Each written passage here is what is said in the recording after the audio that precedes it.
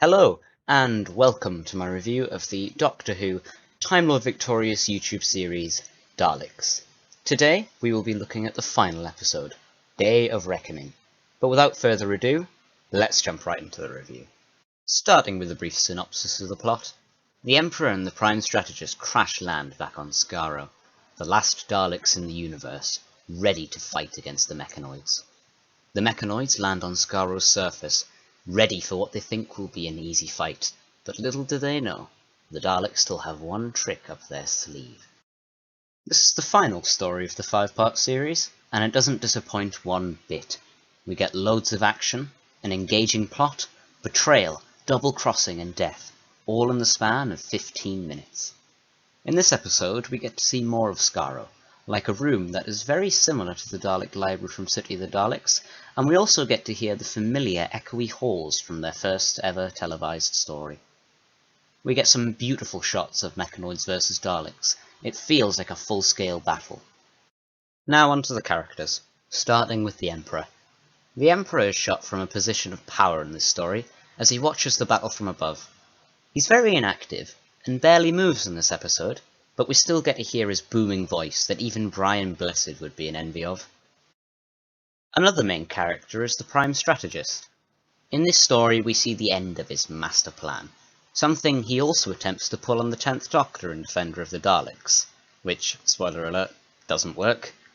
Yet again we see the true intelligence he holds, as he manages to outwit a species of artificial intelligence, a massive feat.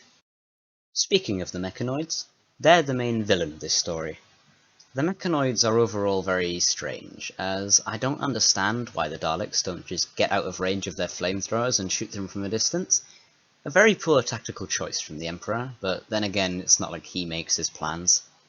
You'd think that the Mechanoids would develop a laser cannon over the years to counteract something like this from happening, but it seems not. One of the Mechanoids I haven't talked about much in this series is the Scientist. She sports a bright red finish and spends most of her scenes with the Prime Strategist.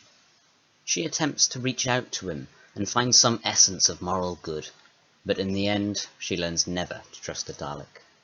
Overall, it's a brilliant end to the series.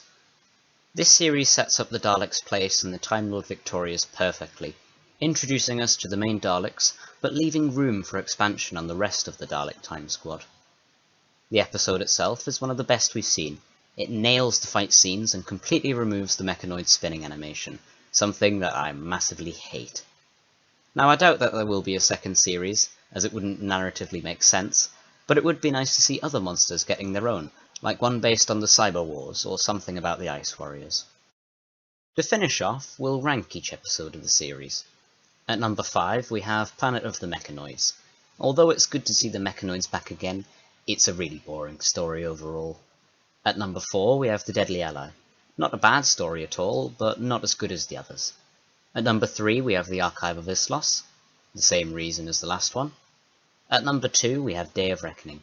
Brilliant fight scenes, excellent plot, and a good end to the series. And finally at number 1, The Sentinel of the Fifth Galaxy. It has some fantastic scenes, gives us a look at the Prime Strategist's internal conflicts, and has the best jokes overall. Thanks for watching.